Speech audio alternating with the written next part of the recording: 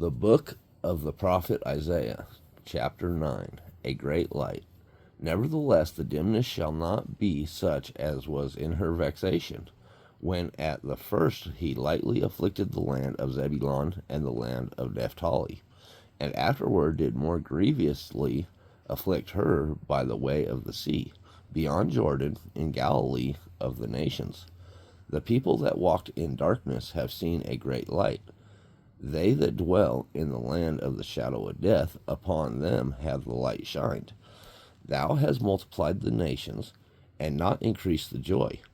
They joy before thee according to the joy in harvest, and as men rejoice when they divide the spoil. For thou hast broken the yoke of his burden, and the staff of his shoulder, the rod of his oppressor, as in the day of Midian. For every battle of the warrior is with confused noise, and garments rolled in blood, but this shall be with burning and fuel of fire. The birthplace of the Prince of Peace. For unto us a child is born, unto us a son is given, and the government shall be upon his shoulders, and his name shall be called Wonderful, Counselor, the Mighty God, the Everlasting Father, the Prince of Peace. Of the increase of his government and peace there shall be no end upon the throne of David, and upon his kingdom, to order it, and to establish it with judgment and with justice from henceforth even forever. The zeal of the Lord of hosts will perform this. The pride of Ephraim. The Lord sent a word into Jacob, and it hath lighted upon Israel. And all the people shall know, even Ephraim and the inhabitant of Samaria, that say in the pride and stoutness of heart, the bricks are fallen down, but we will build with hewn stones. The sycamores are cut down, but we will change them into cedars. Therefore the Lord shall set up the adversaries of Rezin against him, and join his enemies together, the Syrians before, and the Philistines behind, and they shall devour Israel with open mouth. For all this his anger is not turned away, but his hand is stretched out still.